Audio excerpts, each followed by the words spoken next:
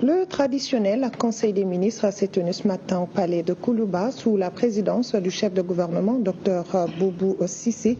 Et pour la lecture du communiqué de ce Conseil des ministres, nous recevons sur ce plateau Ibrahima Djambili. Bonsoir Ibrahima Djambili.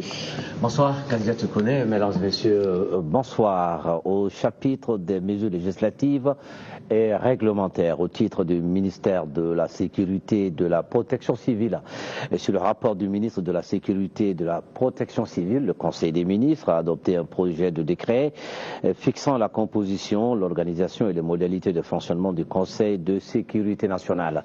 Le Conseil de sécurité nationale créé auprès du président de la République par ordonnance numéro 2019-07 PRM du 8 mars 2019 a pour mission d'assurer la prospective en matière de défense et de sécurité et de coordonner la gestion des crises au niveau national.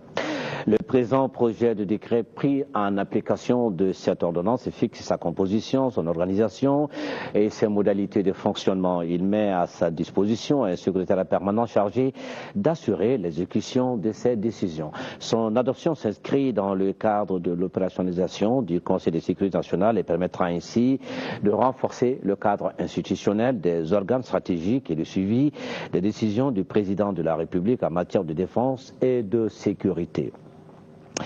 Au titre du ministère des Affaires étrangères, de la coopération internationale, sur le rapport du ministre des Affaires étrangères et de la coopération internationale, le Conseil des ministres a adopté un projet de décret portant approbation de la politique nationale de coopération au développement et son plan d'action 2019-2023. Le Conseil des ministres, en sa session du 6 février 2019 a pris acte d'une communication écrite relative à la politique nationale de coopération au développement et son plan d'action 2019-2023.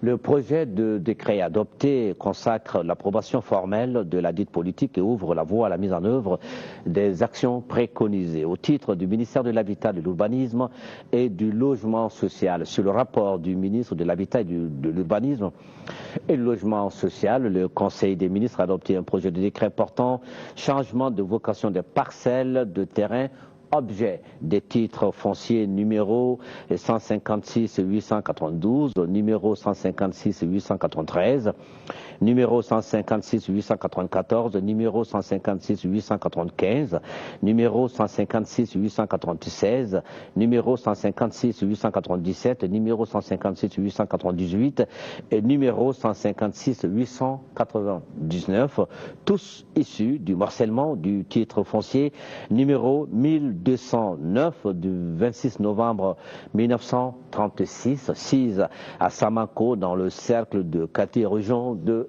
Koulikoro. Suivant le schéma directeur d'aménagement et d'urbanisme de la commune rurale du Mandé approuvé par décret numéro 2014-0870 PRM du 26 novembre 2014, les parcelles de terrain objet des titres fonciers ci-dessus cités sont assujetties à la vocation agricole.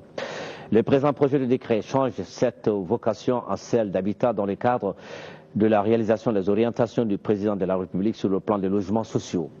Le changement de vocation ainsi opéré contribuera à atteindre les objectifs de construction des logements sociaux et économiques pour les populations à revenus intermédiaires. Au chapitre des mesures individuelles, le Conseil des ministres a procédé à une nomination publiée sur le site www.sgg-mali.ml du secrétaire général du gouvernement et dans l'essor. Au chapitre des communications, au titre du ministère de l'Habitat, de l'Urbanisme et du Logement social, et sur le rapport du ministre de l'Habitat, de l'Urbanisme et du Logement social, le Conseil des ministres a pris acte d'une communication écrite relative aux mesures permettant à la Direction nationale de l'urbanisme et de l'habitat et ses démembrements d'assurer la mission de lutte contre les constructions illicites et de veiller au respect des servitudes d'urbanisme. La Direction nationale de l'urbanisme et de l'habitat veille au respect des règles relatives à l'urbanisme et à la construction de l'habitat en application des textes législatifs et réglementaires. Elle dispose à cet effet de brigades dont le personnel assure le contrôle des chantiers de construction, sensibilise les citoyens sur l'importance du respect de la réglementation et dresse des procès-verbaux de constatation d'infractions éventuelles. Ainsi, dans l'exécution de leur mission, ces brigades rencontrent d'énormes difficultés qu'il convient de corriger.